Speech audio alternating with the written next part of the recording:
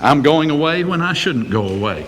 We have been blessed as a church this morning and over the last several months by the presence here of the Crews, Jan and Kate and Sarah Crews.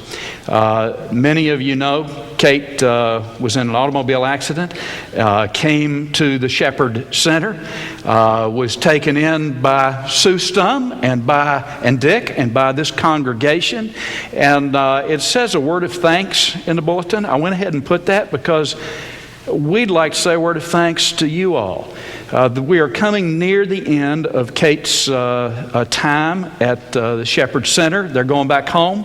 Dad's a Methodist pastor in Louisiana, and they're going back home after next Sunday.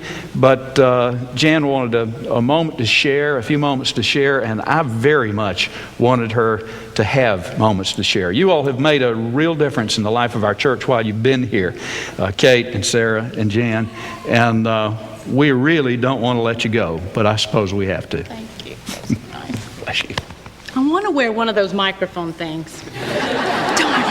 Thought I'd get to. There you go. How horrible to have to follow a cute baby. That is just not fair. That is wrong.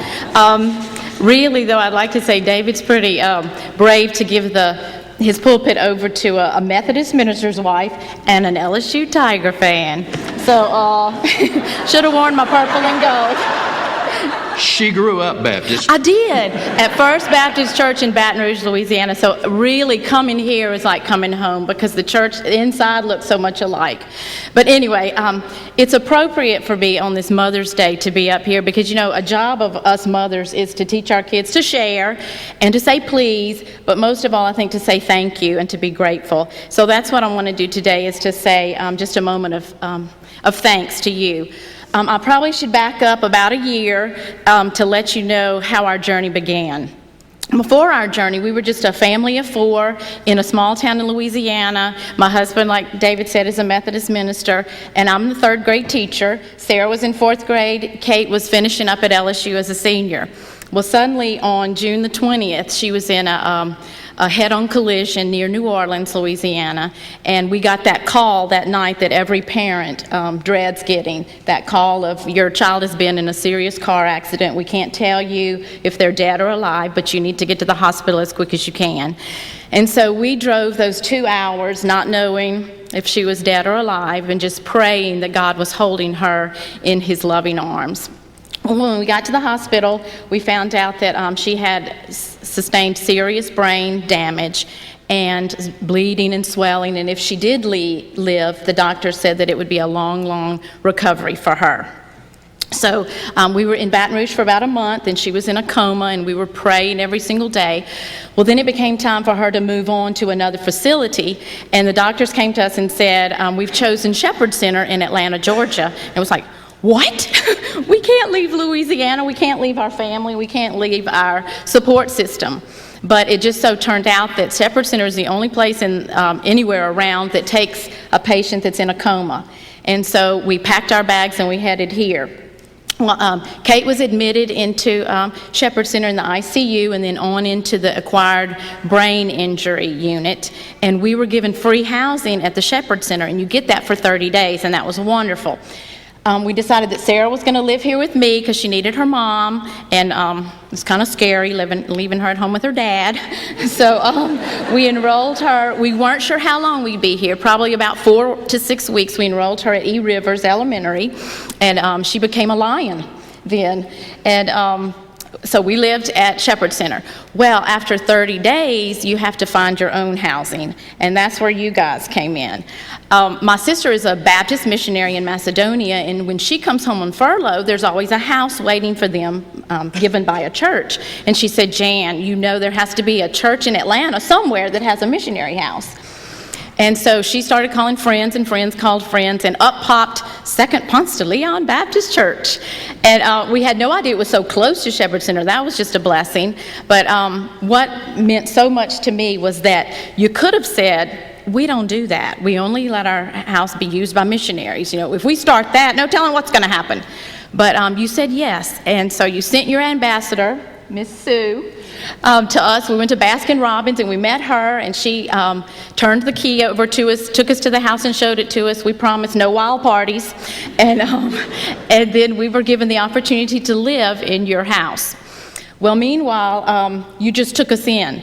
You fixed up the house, you freshened it with fresh flowers, you invited me to be a part of the choir, you invited Sarah to be a part of the choir here, and after that first Sunday we felt so loved. Actually at Shepherd Center, Kate got visited by 2 new doctors, Dr. Qualls and Dr. Sapp, came to see her, and we just felt like we were at our church away from church or our home away from home. Meanwhile, Kate was still in her coma, and the way Shepherd Center does it is if you don't come out of your coma, you get sent home to recover and then come back when you're able to take advantage of their therapy. So every Wednesday night when I'd come to choir practice, everybody would say, "How's Kate? Is she awake yet?" "No, not yet." And we were just on the verge of having to go home, about a week away. Taking Kate, it scared me to go back to Louisiana in Hurricane Central and on a feeding tube and still in a coma, and our house wasn't handicap ready.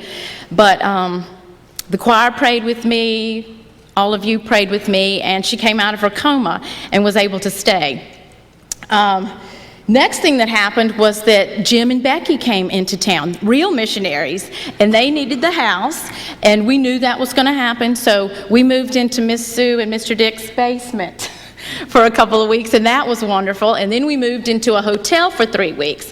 Well, meanwhile, Kate got out of Shepherd Center as an inpatient, became outpatient, and so we were able to move back into the Shepherd Center apartments. And through this all, you have been right here with us. In early November, when she became in my custody again and living with me in Shepherd Center, she was able to come to church for the first time in months. And when we wheeled her in the wheelchair and Dr. Sapp recognized her in the back, I was just crying. It was just too good to be true, the blessings that have flowed for our sweet Kate.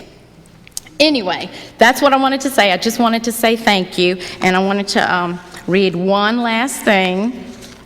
Let's see, where is it?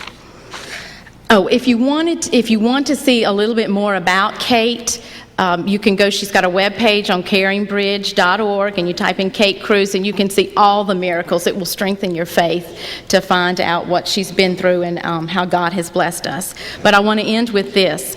For I was hungry, and you fed me. I was thirsty, and you gave me a drink. I was a stranger, and you invited me into your home. Then the righteous will say, Lord, when did we ever see you hungry and feed you, or thirsty and give you something to drink, or a stranger and show you hospitality? And the king will say, I tell you the truth. Whenever you did it to the least of these, my brothers and sisters, you were doing it to me. Amen.